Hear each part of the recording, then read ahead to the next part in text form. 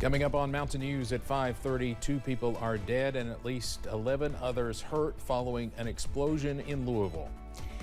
And former President Donald Trump continues his transition back into the White House, announcing his nominees for Attorney General and Secretary of State. And rain is knocking on eastern Kentucky's door. Details in a few minutes. Dedicated to southern and eastern Kentucky, this is WYMT Mountain News at 5:30.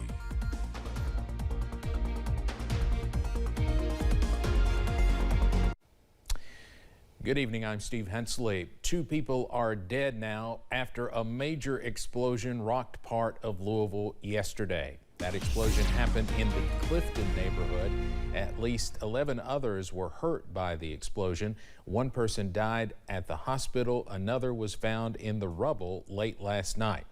Governor Andy Beshear talked about the explosion today, saying federal and city officials will work to ensure those in the area will be safe moving forward.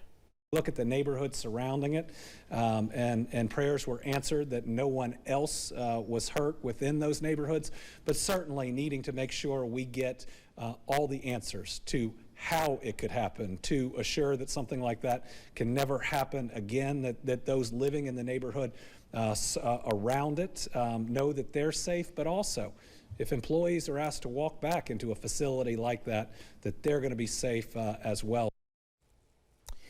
In Anderson County, a fire that happened at a business caused at least 8 vehicles to be damaged. According to the Lawrenceburg Fire Chief, crews were called to a business on Industry Road this morning when someone spotted flames. The fire was put out just after 6:30 this morning. No injuries were reported.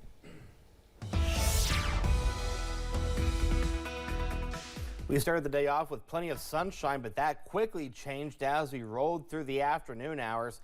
Now we're starting to cloud up, and now rain chances, they're knocking on our doorstep. Take a look here at the latest with live pinpoint Doppler radar. All is quiet right now, but if you go towards portions of Wayne County in Kentucky as well as portions of Pulaski County, rain chances will be picking up within the next hour or 2. And you can see right there on the Kentucky Mesonet camera in Wayne County, if you look real close, you can see a little bit of rain being picked up on the lens. Otherwise, we're staying cloudy. Temperatures right now in the 50s and 60s, upper 50s towards Irvin, 61 in Moorhead, 61 in Prestonsburg. Pikeville is at 63, 58 is the current temperature in Clintwood. So again, the rain chances will continue as we go throughout the next several hours. They'll really ramp up as we go throughout the day on Thursday. A rumble of thunder or 2 is certainly not out of the question with this system. And then the front will push through, dropping the temperatures with highs in the upper 50s for Thursday, mid-50s as we go into the day on Friday. We'll time everything out with Future View coming up in the First Alert forecast in a few minutes. Steve. Eric, thank you. President-elect Donald Trump unleashed a new round of names he wants in his administration this afternoon.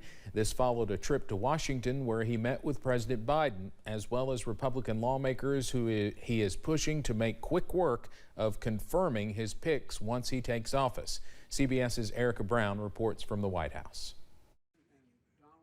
Congratulations. President-elect Donald Trump returned to Washington Wednesday at the invitation of President Biden for a talk at his once and future home. Do everything we can to make sure you're accommodated, what you need. I appreciate it very much.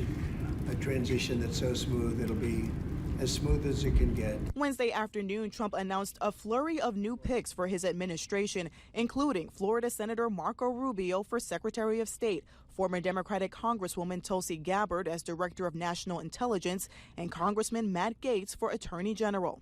The Florida congressman is under a House ethics investigation amidst allegations of sexual misconduct. Gaetz has denied any wrongdoing, and the Justice Department, which he would lead if confirmed, declined to prosecute. I believe that the president is probably rewarding him for being such a loyal soldier to the president. But the president is smart enough and his team is smart enough to know that Mr. Gaetz will never get confirmed by the Senate. Trump also tapped Fox News host Pete Hegseth for defense secretary. The 44-year-old Army veteran has been an outspoken critic of what he calls wokeness in the military. I'm straight up just saying we should not have women in combat roles. In the past, that comment may have spelled trouble at a Senate confirmation hearing, but Trump is pushing the Senate's new Republican majority to move quickly to put his people in place. At a visit with Republican lawmakers earlier in the day, Trump had billionaire Elon Musk in tow. Trump is having Musk and Vivek Ramaswamy co-chair a new commission to cut the size of government. There wasn't any specific agenda associated with that, just a recognition that he'd made that name. The so-called Department of Government Efficiency is a reference to the cryptocurrency Doge, which Musk has endorsed and hyped on social media. Erica Brown, CBS News, the White House. Trading in Dogecoin spiked after Trump's announcement, sending the value of the currency to its highest levels since 2021. Special counsel Jack Smith continues to discuss how to end his federal prosecutions of Donald Trump. A justice official says Smith intends to step down before Trump returns to the White House. Smith's investigation into Trump's efforts to overturn the 2020 election and his handling of classified documents led to several federal charges. Trump has pleaded not guilty to all of them. With Republicans set to take control of the Senate, lawmakers gathered to choose their leader for the next Congress today. Senators voted in a secret ballot, choosing South Dakota Republican John Thune as the next majority leader. Thune is in his fourth Senate term and is part of the Republican Party's more traditional wing. He has had differences with Donald Trump in the past, but more recently visited with the president-elect at Mar-a-Lago. We will make sure that the president and his team have the tools and the support that they need to enforce border security laws and to remove the violent criminals who are wreaking havoc in every one of our states.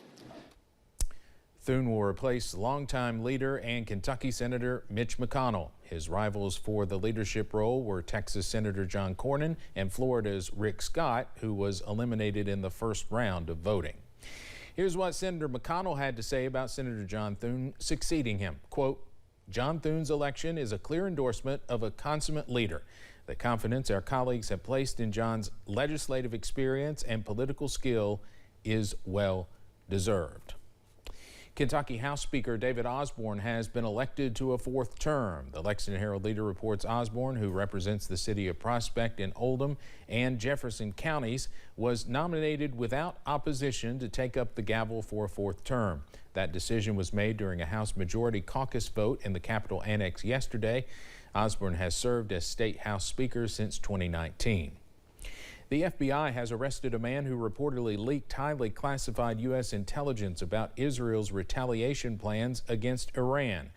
Asif Rahman had top security clearance and could access sensitive information, including the documents reportedly posted in mid-October. They had markings indicating they were meant to be seen only by the U.S. and its Five Eyes allies. That's Australia, Canada, New Zealand, and the United Kingdom.